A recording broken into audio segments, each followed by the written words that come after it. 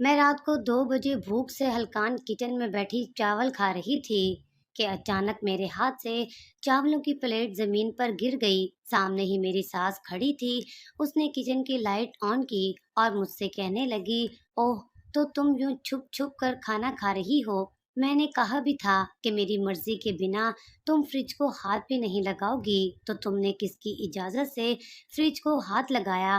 آج تمہیں سزا دی تھی نا کہ تمہیں کھانے کو کچھ نہیں ملے گا۔ تمہاری ہمت کیسے ہوئی کھانا کھانے کی؟ میرا حکم کاٹنے کی جرت بھی کیسے کی تم نے؟ وہ زور زور سے چلا رہی تھی۔ رات کے اس پیر ساس کی آواز سن کر سب لوگ نیند میں جھولتے کچن کے دروازے پر آ کھڑے ہو گئے۔ میرے شوہر نے کہا کہ اماں، کیا ہوا؟ اتنی رات کو آخر کس لیے شور مچا رہی ہو؟ تو میری ساس بولی، مجھ سے کیا سوال کرتا ہے؟ تجھے پتہ نہیں ہے کہ تیری بیوی کیا کر رہی ہے؟ اس وقت دیکھ، رات کو فریج سے چاول چھپا کر نکال کر کھا رہی ہے۔ جب میں نے اسے سب کے سامنے کہا تھا کہ آج سزا کے طور پر یہ کھانا نہیں کھائے گی، تو اس کی ہمت بھی کیسے ہوئی کہ یہاں کر چھپ کر کھانا کھائے؟ کیا تیرا اپنی بیوی پر ذرا بھی کنٹرول نہیں ہے؟ کیسا مرد ہے تو؟ وہ اپنے بیٹے کو حسب معمول بھڑکانے لگ گئی۔ سب لوگ کھڑے میرا تماشا دیکھ رہے تھے اور مجھ پر ہنس رہے تھے۔ مجھے یوں ذلیل ہوتے دیکھ کر یہاں پر ہر ایک کو خوشی ملتی تھی۔ میری نند آگے آئی اور کہنے لگی کہ اماں، یہ تو ہے ہی بھوکھی، اتنے غریب گھرانے سے جو آئی ہے، کبھی کچھ اچھا دیکھا نہیں ہوگا نا؟ اب اسے 2 دن تک کھانا کھانے کی اجازت بالکل بھی نہیں دینا، تاکہ اسے پتہ چلے کہ ہمارے ہاں بات ٹال دینے کا مطلب کیا ہوتا ہے۔ اسے اپنی اوقات میں رہنا چاہیے۔ میں یہ سن کر فوراً سے گھبرا گئی اور کہا کہ مجھ پر ایسا ظلم مت کرنا، مجھ سے بھوک بالکل بھی برداشت نہیں ہوتی۔ لیکن میری ساس نے کوئی بات نہ سنی اور سب کے سامنے کہا کہ اب اگر اگلے 2 دن تک کسی نے بھی اسے کچھ کھاتے دیکھا تو وہیں پکڑ کر مارنا، کسی طرح کی کوئی ڈھیل مت دینا۔ پھر اس نے مجھے بالوں سے پکڑا اور کچن سے باہر دھکا دے کر نکال دیا۔ میں سیدھا فرش پر جا کر گر گئی، لیکن کسی کو کوئی پرواہ نہیں تھی۔ میرا شوہر ایک طرف کھڑا تماشا دیکھ رہا تھا۔ میری بے عزتی ہوتے دیکھ کر سب سے زیادہ مزہ تو اسے ہی آتا تھا۔ میں جانتی تھی کہ ساس سے زیادہ تو میرا شوہر مجھے پیٹے گا۔ وہ مجھے گھسیٹتے ہوئے کمرے میں لے گیا اور مجھ سے کہنے لگا، تیری ہمت بھی کیسے ہوئی اماں کے حکم کو ٹالنے کی؟ تجھے میں نے پہلی رات ہی بتا دیا تھا کہ اگر تو اماں کی بات نہیں مانے گی تو تجھے میں اپنے طریقے سے سبق سکھاؤں گا۔ یہ کہہ کر وہ مجھے زور زور سے مارنے لگا۔ میرے چلانے کی آوازیں باہر تک جا رہی تھیں۔ وہ سب کھڑے مزے لے رہے تھے۔ جب وہ مجھے مار مار کر تھک گیا اور میں زخموں سے چور ہو کر نڈھال ہو گئی تو وہ جا کر مزے سے لیٹ گیا اور میں وہیں پڑی سسکتی رہی۔ میں جانتی تھی کہ یہاں پر کوئی بھی میرا ساتھ نہیں دے گا، کسی کو بھی مجھ پر رحم نہیں آتا۔ زخموں سے چور اپنا بدن سنبھالتی میں بمشکل بستر تک آئی تھی تو میرے شوہر نے کہا کہ تیری ہمت کیسے ہوئی میرے برابر لیٹنے کی؟ تیری جگہ زمین پر ہے، وہاں جا کر لیٹ۔ اس کی بات سن کر میں چپ چاپ زمین پر آ کر لیٹ گئی۔ میرے پاس سر کے نیچے رکھنے کو تکیا بھی نہیں تھا، کیونکہ دوسرا تکیا میرے شوہر نے اپنے پاس کر لیا تھا۔ وہ جانتا تھا کہ مجھے تکیے کی ضرورت پڑے گی، اس لیے جان بوجھ کر مجھے تکلیف دینے کے لیے اس نے ایسا کیا تھا۔ میں لب بھینچ کر کروا بدلے لیٹ گئی اور اپنی قسمت پر آنسو بہانے لگی۔ اس کے علاوہ میں کچھ بھی نہیں کر سکتی تھی۔ صبح میں گہری نیند میں تھی، اسی وقت میرے کمرے کا دروازہ زور زور سے بجنے لگا۔ میں ہڑبڑا کر نیند سے اٹھی تو دیکھا میرا شوہر گہری نیند میں سو رہا تھا۔ میں اٹھ کر بھاگتی بھاگتی دروازے پر آئی۔ نہ جانے اب کیا آفت آ گئی تھی جو یوں صبح صبح کمرے کا دروازہ زور زور سے بجایا جا رہا تھا۔ میں نے ڈرتے ڈرتے دروازہ کھولا تو سامنے ہی میری ساس کھڑی تھی۔ کہنے لگی، وقت دیکھ رہی ہے، کیا ہو رہا ہے؟ اب تک تو اٹھی کیوں نہیں اور کچن میں ناشتہ کیوں نہیں بنا رہی؟ تجھے پتا ہے کہ میں شوگر کی مریض ہوں، مجھے کھانا چاہیے ہوتا ہے۔ ایسے اب کھڑی کھڑی میری شکل دیکھتی رہے گی یا جا کر کھانا بھی بنائے گی؟ میں جو اپنے دکھتے جسم کے ساتھ بہت ہی مشکل سے کھڑی تھی، ساس کا غصہ دیکھ کر فوراً سے سر ہلایا اور کہا کہ بس ابھی آ رہی ہوں۔ میں جلدی سے واش روم گئی، منہ ہاتھ دھویا اور بھاگی بھاگی کچن میں آئی اور ناشتہ بنانے لگ گئی۔ मैं जानती थी कि अब सब लोग जानबूझकर बारी-बारी आकर मुझे परेशान करने के लिए अलग-अलग फरमाइशें करेंगे। हालांकि सबको एक जैसा ही खाना होता था, लेकिन जानबूझकर मुझे तंग करने के लिए कोई क्या फरमाइश करता, तो कोई क्या फरमाइश करता, जिस वजह से मैं 9-10 बजे तक सबकी फरमाइशें ही पूरी करने में मसरूफ रहती और उस दौरान मैं एक निवाला भी ना खा पाती थी। वैसे भी अपनी सास की इजाज़त के बिना मुझे कुछ खाने को नहीं मिलता था। वो मुझ पर बहुत ही सख्त नज़र रखती थीं। पूरा दिन मुझसे गधों की तरह काम करवातीं और फिर पूरा दिन सिर्फ़ एक वक़्त का खाना खाने की इजाज़त देती थीं। वो भी मुझे 100 किस्म की बातें सुनातीं। मेरा सिर्फ़ एक ही गुनाह था और वो था एक गरीब घराने से ताल्लुक़। मेरे माँ-बाप बहुत ही गरीब थे। जिस वक़्त ये रिश्ता आया, उन्हें लगा कि मेरी ज़िंदगी सँवर जाएगी। हालाँकि मेरे ससुराल वाले भी कोई बहुत अमीर नहीं थे, लेकिन हमसे थोड़े ज़्यादा पैसे वाले थे, इसलिए उन्हें इस बात का बहुत ज़्यादा घुमंड था। शादी से पहले तो वो बहुत ही अच्छे बने रहते थे। हर वक़्त मेरी अम्मा और अब्बा से कहते कि हम तो आपकी बेटी को बहू नहीं, बल्कि अपनी बेटी बनाकर लेकर जा रहे हैं। आप इसकी परवाह बिल्कुल भी मत करिएगा और ना ही परेशान होना। हम इसे बहुत ही अच्छे से रखेंगे और भी ना जाने क्या-क्या झूठे वादे करते रहे थे। मेरे माँ-बाप बहुत ज़्यादा मुतमईन हो गए।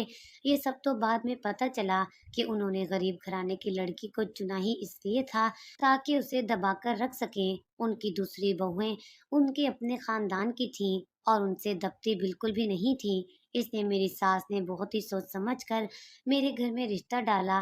मेरे माँ-बाप मेरी सास की बातों में आ गए और यूँ हमारी शादी तय हो गई। उस वक़्त सास ने कोई भी जहेज़ वग़ैरह की डिमांड नहीं की और कहा कि हमें जहेज़ की बिल्कुल भी ज़रूरत नहीं है। ये सुनकर तो हम लोग और भी खुश हो गए कि ये लोग कितने अच्छे हैं कि जहेज़ की डिमांड भी नहीं कर रहे, बल्कि हमें भी रोक रहे हैं कि हम खुद से भी कोई चीज़ ना करें। लेकिन मुझे क्या पता था कि शादी के बाद पहले दिन से लेकर सारी ज़िंदगी ये लोग मुझे सिर्फ़ इसी एक बात का ताना देते रहेंगे।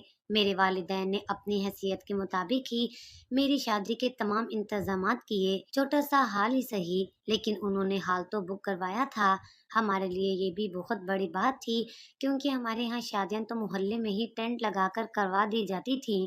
लेकिन मेरे अब्बा ने कहा कि जहेज़ नहीं दे रहा, इसलिए मैं अपनी बेटी के लिए इतना तो कर ही सकता हूँ। मेरा एक ही भाई था, उसकी शादी 2 साल पहले हो गई थी। मेरी भाभी ने काफ़ी हंगामा भी खड़ा किया। जब आपने अपने बेटे की शादी की थी, तब तो हाल में नहीं की और अब बेटी के वक़्त आपको हाल में शादी करना याद आ गई। मेरा भाई भी काफ़ी नाराज़ हुआ, लेकिन अम्मा-अब्बा ने अपना फ़ैसला नहीं बदला और मेरी शादी के लिए हाल ही बुक करवाया। मैं जानती थी कि अब्बा ने ये हाल भी बहुत ही मुश्किल से बुक करवाया है। अब्बा ने अपने कुछ दोस्तों से कर्ज़ा लिया और फिर शादी का इंतज़ाम किया था। हमारे हालात बहुत ज़्यादा ख़राब थे।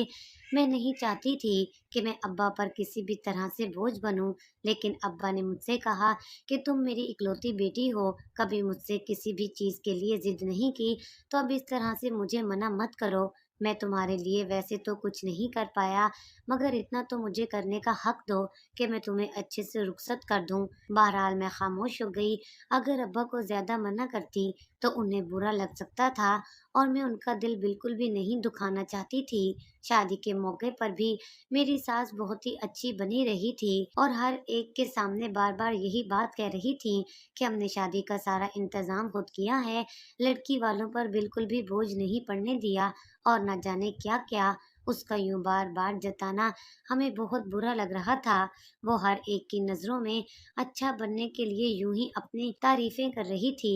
मैं बामुश्किल खामोश हुई, लेकिन मेरी अम्मा ने कहा कि कुछ लोगों को बार-बार जताने की आदत होती है। वैसे तो तुम्हारी सास बहुत अच्छी हैं, इसलिए परेशान मत हो, ससुराल में तुम बहुत अच्छे से रहोगी। मैं भी दिल से यही दुआएँ कर रही थी कि ऐसा ही हो, वरना मैंने आस-पास बहुत सी लड़कियों के बारे में सुन रखा था कि उनके ससुराल वाले ने उनका जीना हराम कर रखा है और वो सिर्फ़ अपने माँ-बाप की खातिर ससुराल वालों का ज़ुल्म झेल रही होती हैं। अपने माँ बाप से कोई भी शिकवा नहीं कर पाती। लेकिन मैं बहुत ज़्यादा खुश हो रही थी कि मैं इतने अच्छे लोगों में जा रही हूँ।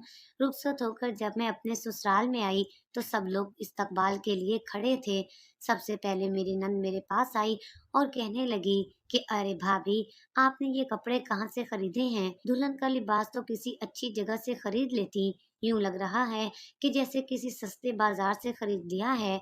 उसके यूं हकारत से कहने पर मैं एकदम से परेशान हो गई। सब लोग मुझे मजाक उड़ाती नजरों से देख रहे थे। हालांकि ये कपड़े मेरे अब्बा ने इतनी मुश्किलों से पैसे जमा करके खरीद कर दिए थे। वो चाहते थे कि दुल्हन का लिबास वो अपनी तरफ से दें। मेरे अब्बा की खून पसीने की कमाई का वो यूं मजाक उड़ा रहे थे और ऐसे हकारत से देख रहे थे जैसे मैं किसी लायक ही नहीं हूँ। मुझे एकदम से रोना आने लगा तो मेरी सास कहने लगी, अरे इन गरीबों की क्या औकात होती है, कभी किसी बड़े बाजार में गए ही नहीं होंगे और इन जैसे तो सिर्फ और सिर्फ सस्ते बाजारों में ही जा सकते हैं। इसलिए इसके घर वालों ने सोचा होगा कि वहीं से शादी का लिबास भी खरीद लेते हैं। लेकिन मैं क्या बताऊं, शादी के दौरान तो सबने मुझसे इतनी बार सवाल किया कि लड़की ने इतने सस्ते कपड़े क्यों पहन रखे हैं। अब मैं उन्हें क्या जवाब देती कि किन गरीबों में हमने रिश्ता किया है। उस वक्त तो मैंने किसी न किसी तरह से बात संभाल ली है। लेकिन अब बताओ, लोगों को क्या कहेंगे कि हमारी बहू तो जहेज में कुछ लेकर ही नहीं आई। अरे अगर हमने बोला था कि नहीं लाना तो इसका क्या मतलब है जहेज नहीं देंगे। इसके माँ बाप तो इसी इंतजार में बैठे थे कि हम मुफ्त में इनकी बेटी को ले जाएं। और देखो ये खाली हाथ यहाँ पर आ गई है, जहेज के नाम पर कुछ भी लेकर नहीं आई। मैंने तो सोच रखा था कि जब मेरे बेटे की शादी होगी तो ऊपर का पूरा पोर्शन उसकी बीवी के सामान से ही भर दूंगी। लेकिन मेरी ख्वाहिश तो सिर्फ ख्वाहिश ही रह गई है। मैं तो बस जहेज के ख्वाब ही देख सकती हूँ। मेरे बेटे की किस्मत फूटी जो ऐसी लड़की उसके माथे लग गई। पता नहीं कैसे इसकी जिंदगी गुजरेगी। मेरी सास ऐसे वावैला कर रही थी जैसे ये शादी जबरदस्ती करवाई गई हो। हालांकि सब कुछ उसने अपनी मर्जी से किया था। मुझे कुछ समझ नहीं आ रही थी वो सब लोग इतना अचानक से बदल कैसे गए थे कि मुझे सोचने का मौका ही नहीं मिला कि क्या कहूँ और इस मौके पर क्या करूँ। वो लोग मेरी घबराहट का मजीद फायदा उठा रहे थे। फिर मेरे शोर को मेरे बराबर लाकर बिठाया। कहने लगे कि हम मूवी बनाना चाहते हैं। उसी वक्त मेरे शोर की एक कजन कहने लगी कि अरे दुल्हन और दूल्हा की जोड़ी तो बिल्कुल भी अच्छी नहीं लग रही। दुल्हन का रंग इतना खराब है कि इसे देखकर ही उल्टी आ रही है। कम से कम किसी अच्छे पार्लर से मेकअप ही करवा लेती। लेकिन इन गरीबों को इन सब चीजों का क्या पता।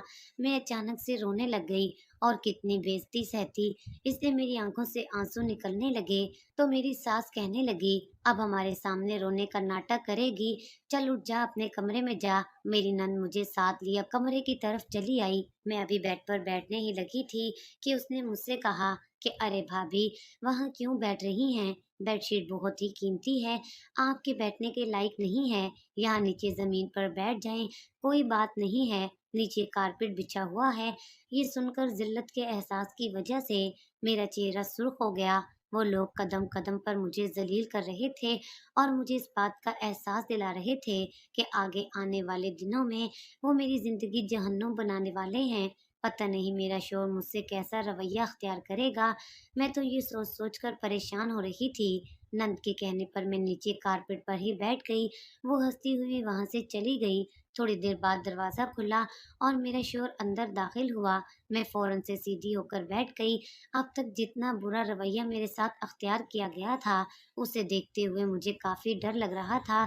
शोहर मेरे पास आया और कहने लगा कि यूं बैठे बैठे किसका इंतजार कर रही हो, जाओ जाकर उठकर कपड़े तब्दील करो। तुम्हें क्या लगता है कि मैं तुम्हारे दीदार के लिए मरा जा रहा हूँ?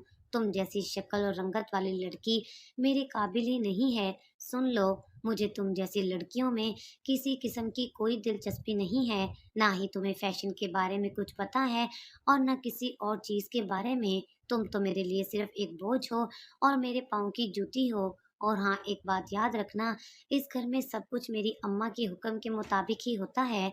अगर तुमने उनके हुक्म के खिलाफ जाने की कोशिश भी की तो ये याद रखना कि वो दिन तुम्हारा इस घर में आखिरी दिन होगा। मैं तुम्हें खूब जलील करके तलाक देकर यहाँ से निकाल दूंगा। फिर अपने माँ बाप के घर बैठकर रोती रहना। उसकी ये बात सुनकर मैं फौरन से घबरा गई और उससे कहा कि ठीक है, मैं आप सबकी बात मानूंगी। मुझे यूं बेबस देखकर वो मुस्कुरा उठा। मैं जल्दी से अपने कपड़े तब्दील करके बिस्तर पर आकर लेट गई। मेरे शोहर ने मुझ पर एक निगाह भी नहीं डाली थी। मैं रुख मोड़े बेआवाज रोई जा रही थी। सुबह हुई तो मेरी सास ने दरवाजा बजाया और कहा कि इतनी देर तक सोने का हमारे यहाँ कोई रिवाज नहीं है। चल उठ, आज से ही तुझे किचन का काम करना पड़ेगा। यहाँ हम तुझे आराम करने के लिए थोड़ी लाए हैं। जा किचन में जा और हम सबके लिए अच्छा सा नाश्ता बना कर ला। अगर नाश्ता अच्छा ना बना तो दोबारा बनाना पड़ेगा। मैं फौरन से किचन में आकर खड़ी हो गई। नई दुल्हन से कौन इस तरह से सुबह सवेरे नाश्ता बनवाता है? अपनी किस्मत पर मुझे खूब रोना आ रहा था। अभी मैं नाश्ता बना ही रही थी, उसी वक्त मेरी नंद वहां आई और कहने लगी, भाभी, मुझे तो कीमे वाले पराठे बहुत पसंद हैं, मेरे लिए तो वही बनाना और बाकी सबसे भी पूछ लो उन्होंने क्या खाना है। फिर बारी बारी आकर सब कोई ना कोई फरमाइश करने लग गए। सबकी पसंद का बनाते बनाते मैं हद से ज्यादा थक गई थी। मुझे खुद को भी बहुत भूख लगी थी। कल मैंने रात को भी ठीक से कुछ नहीं खाया था और अब भूख से निढाल हो रही थी, लेकिन किसी को भी इस बात की परवाह नहीं थी। मैंने जैसे ही सबके लिए नाश्ता बनाया तो मेरी सास कहने लगी कि घर की सफाई कौन करेगा? चल जल्दी से घर के सारे काम निपटा, एक एक जगह को चमका दे। अगर कहीं पर भी मुझे धूल मट्टी नजर आई तो मैं तेरा बहुत बुरा हश्र करूंगी। मैं तो कल की आई दुल्हन थी, मुझे तो इस घर के बारे में कुछ पता ही नहीं था। कुछ समझ नहीं आ रही थी कि कहाँ से सफाई शुरू करूं। फिर सोचा कि सास के कमरे से ही शुरू करती हूँ। जैसे ही मैं झाड़ू लेकर सास के कमरे में जाने लगी तो सास बोली, तू मेरे कमरे में क्या करने जा रही है? मैंने कहा, अभी आपने सफाई का कहा था, मैं वही करने जा रही हूँ। मेरी बात सुनकर वो बोली, तेरे अंदर इतनी हिम्मत आ गई है कि मुझसे जुबान चला रही है। चल यहाँ सहन की सफाई कर पहले, मेरे कमरे में जाने की जुर्रत भी मत करना। बिना मेरी इजाजत के वहाँ कदम मत रखना। उसी वक्त मेरा शोहर अंदर से उठकर आया और कहने लगा कि क्या तू सुबह सुबह अम्मा का दिमाग खराब कर रही है? तुझे मैंने समझाया था ना कि मेरी माँ के हुक्म के खिलाफ बिल्कुल मत जाना। मुझे कुछ समझ नहीं आ रहा था कि आखिर मेरा कसूर क्या है जो मुझे इतना सब सुनाया जा रहा है। मैंने आंसू बहाते घर की सफाई करना शुरू कर दी। रगड़ रगड़ कर सफाई की। न जाने कितने दिनों से इस घर की सफाई नहीं की गई थी और हर एक मुझसे बदतमीजी से पेश आता था। मेरी शादीशुदा नंद भी यहीं पर रहती थी और उसका शोर भी जानबूझकर मुझे परेशान करता था। अगर मैं पोछा लगाकर हटती तो गंदे पांव लेकर वहां चलने लग जाता और कहता कि यहाँ से तो सफाई करो, और फिर मुझे एक ही जगह को बार बार साफ करना पड़ता। मेरी सास एक तरफ बैठी ये सब देख रही होती थी, लेकिन एक लफ्ज भी ना कहती। यूं लगता था जैसे इस घर में मुझे लाया ही जलील करने के लिए है और कोई मकसद ही नहीं था इस शादी का। मैं थक गई थी और हिम्मत नहीं थी बर्दाश्त करने के लिए। लेकिन जब अपने वालिदैन के चेहरों की तरफ देखती तो सब कुछ बर्दाश्त करने का अहद कर लेती। उन्हें परेशान करना मुझे बिल्कुल भी गवारा नहीं था। मैं उनसे अपनी कोई परेशानी नहीं कहती थी। हालांकि अम्मा को लगता था कि मैं खुश नहीं हूँ। वो मुझसे बातों ही बातों में इस बात को उगलवाने की कोशिश करती, लेकिन मैं कुछ भी ना बोलती और कहती कि ऐसी कोई बात नहीं है। अब्बा ने मेरी शादी पर अच्छा खासा कर्जा लिया था और अगर ये शादी टूट जाती तो अब्बा की हालत बहुत खराब हो जाती। मेरे ससुराल वाले जानते थे कि मैं अपनी जुबान नहीं खोलूंगी और इसी बात का तो वो फायदा उठाते थे। मेरा शोहर मुझे मेके भी नहीं जाने देता था। 24 घंटे ये लोग मुझसे कोई ना कोई काम ही करवाते रहते थे। एक दिन गलती से सालन में नमक ज्यादा डल गया तो सास ने कहा कि आज तुझे खाना नहीं मिलेगा। मैंने दोबारा खाना बना कर दिया। मेरी हालत भूख से बहुत बुरी हो रही थी। मुझसे वैसे भी भूख बर्दाश्त नहीं होती थी। दिन ब दिन मैं कमजोर होती जा रही थी। सास ने मेरे खाने पर पाबंदी लगा दी थी, लेकिन मेरी हालत इतनी ज्यादा बुरी हो रही थी कि मैं खुद को रोक नहीं सकी। इसलिए रात को जब सब लोग सोने के लिए चले गए तो चुपके से मैं कमरे से बाहर निकली और सोचा कि किचन में जाकर थोड़े से चावल डालकर खा लेती हूँ। किसी को पता भी नहीं चलेगा और चुपचाप जाकर अपनी जगह पर लेट जाऊंगी। जैसे ही मैं किचन में गई और चावल निकाल कर अभी खाने ही शुरू किए थे कि उसी वक्त मेरी सास न जाने कहाँ से आ टपकी और उसने ऐसा हंगामा खड़ा किया कि मुझे लगा कि खाना खाकर मैंने बहुत बड़ा गुनाह कर दिया है। मेरे शोहर ने भी मुझे खूब मारा पीटा।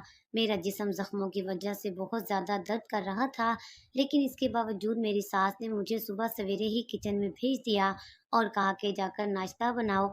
मैं दुखते जिस्म के साथ नाश्ता बनाने लग गई। मुझसे ठीक से खड़ा भी नहीं हुआ जा रहा था, तो जख्मों की वजह से शदीद तरीन दर्द हो रहा था।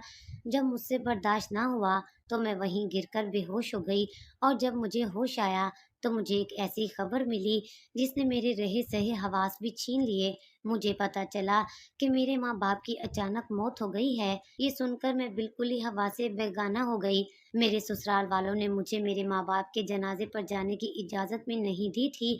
मैं रोती पीटती रही, लेकिन मेरे शोहर और सास ने मना कर दिया कि वहाँ जाने की ज़रूरत बिल्कुल भी नहीं है। मेरा भाई काफ़ी देर मेरा इंतज़ार करता रहा, लेकिन जब मैं ना आई तो उसने अम्मा अब्बा को दफना दिया। मैं अपने माँ बाप का आखिरी दीदार भी ना कर पाई। मुझे अपने ससुराल वालों से अब बहुत ज़्यादा नफ़रत हो रही थी। मैंने बहुत बर्दाश्त कर लिया था, अब मैं मज़ीद बर्दाश्त नहीं कर सकती थी। इसलिए मैंने सोचा कि मैं जल्दी इन सब से छुटकारा हासिल कर लूँगी, लेकिन कैसे मुझे कुछ भी समझ नहीं आ रहा था। एक दिन पड़ोसन हमारे घर आई। वो अक्सर ही देखती रहती थी कि मेरे ससुराल वाले मुझ पर बहुत ज़्यादा ज़ुल्म करते हैं, इसलिए वो मुझसे हमदर्दी रखती थी, लेकिन मेरी सास के सामने कुछ भी कहने से कासिर थी। इसलिए एक दिन जब वो दोपहर में खाना देने के बहाने हमारे घर पर आई, तो देखा मेरी सास और नंदे घर पर नहीं थीं, वो लोग बाजार गई हुई थीं। तो उसने मौका पाते ही मुझसे कहा कि तुम क्यों इतना जुल्म बर्दाश्त कर रही हो? तुम्हें चाहिए कि अपने शोहर से खुला ले लो और कोई रास्ता नहीं है, वो तो इतना जालिम है, तुम्हें अपने माँ बाप के जनाजे पर भी नहीं जाने दिया। ऐसे लोगों के साथ कैसे रह सकती हो? मेरी मानो तो जल्द से जल्द खुला ले लो। मुझे कुछ समझ नहीं आया। मैंने उसे कहा कि मैं कैसे खुला ले सकती हूँ, मैं तो उस सब के बारे में कुछ भी नहीं जानती। तो उसने बताया कि उसकी एक कज़न वकील है, वो मदद कर सकती है, मौका पाते ही तुम उससे राब्ता कर लेना। ये कहकर उसने मुझे उसका कार्ड दे दिया।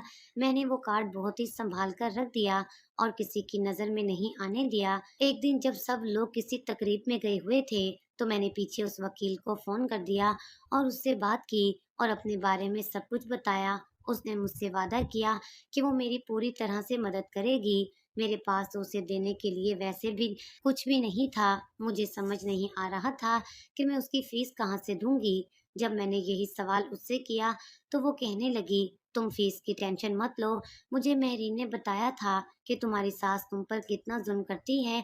मैं तुम्हारी मदद करना चाहती हूँ, इसलिए परेशान मत हो और इस बारे में मत सोचो। लेकिन पहले तो तुम्हें वहाँ से निकलना पड़ेगा, उसके बाद ही हम केस फाइल कर सकते हैं, क्योंकि अगर इससे पहले किया तो तुम्हारी सास और तुम्हारा शोहर किसी न किसी तरह से ये केस वापस लेने पर तुम्हें मजबूर कर देंगे।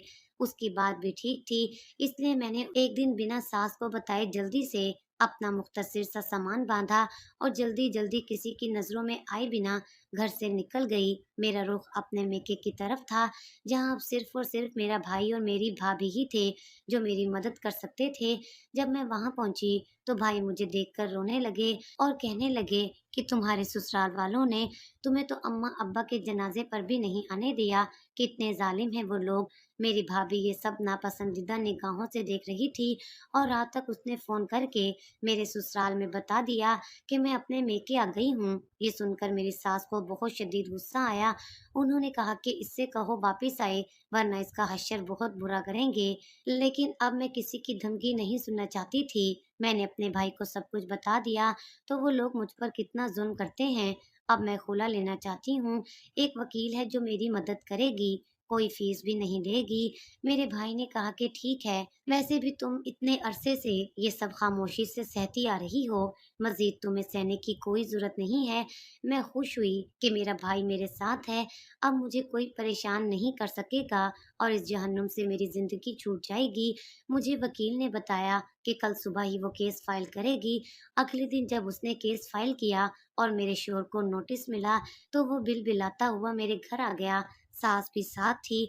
उसने खूब हंगामा किया, मगर मैं उनके साथ जाने को राजी नहीं हुई और ना ही मेरे भाई ने वहां भेजा। मेरा केस बिल्कुल सिंपल सा था, इसलिए फौरन से ही जज ने फैसले की तारीख दे दी। अगले दिन फैसला हो जाना था।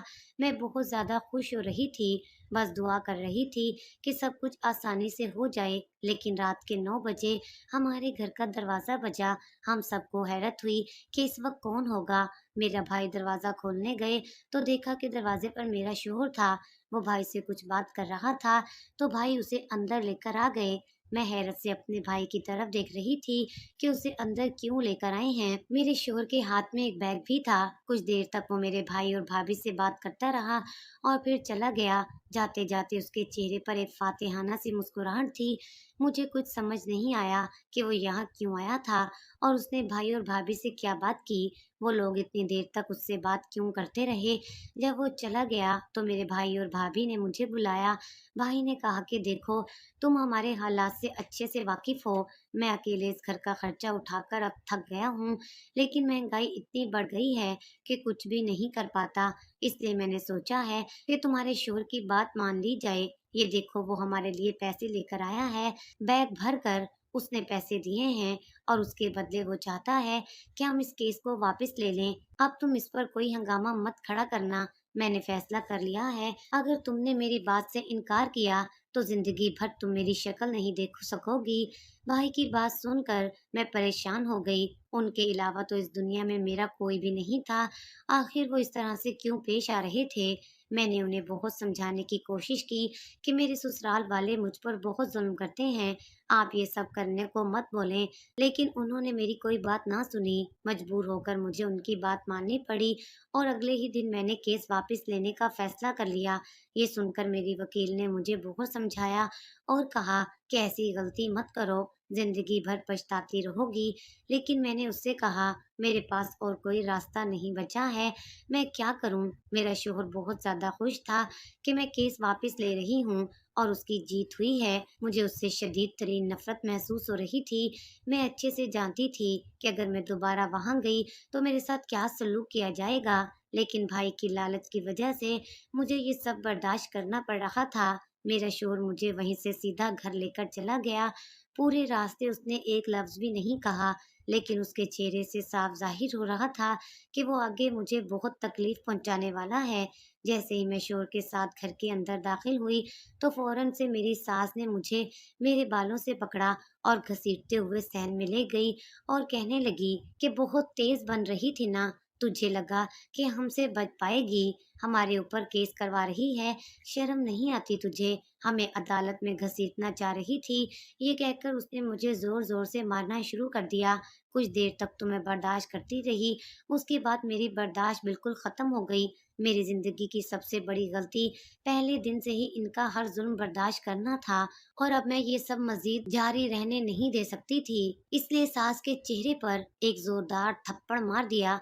ये देखकर सबके सब वही खामोश हो गए और मेरा शोहर मेरी तरफ आया और इससे पहले कि वो मुझ पर हाथ उठाता, मैंने उसका हाथ रोक लिया और कहा कि खबरदार, जो मुझ पर हाथ उठाया, तुम सबसे मैं बदला लूंगी। तुम लोगों ने जो जो मेरे साथ जुल्म किए हैं, इन सब का बदला तुम लोगों को चुकाना ही पड़ेगा।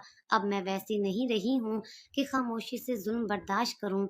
तुम लोगों को क्या लगता है कि मेरे भाई ने मेरा साथ छोड़ दिया है तो मैं चुपचाप हर जुल्म बर्दाश्त कर लूंगी। मुझे अपने लिए खुद खड़ा होना है और मैं ये करके दिखाऊंगी।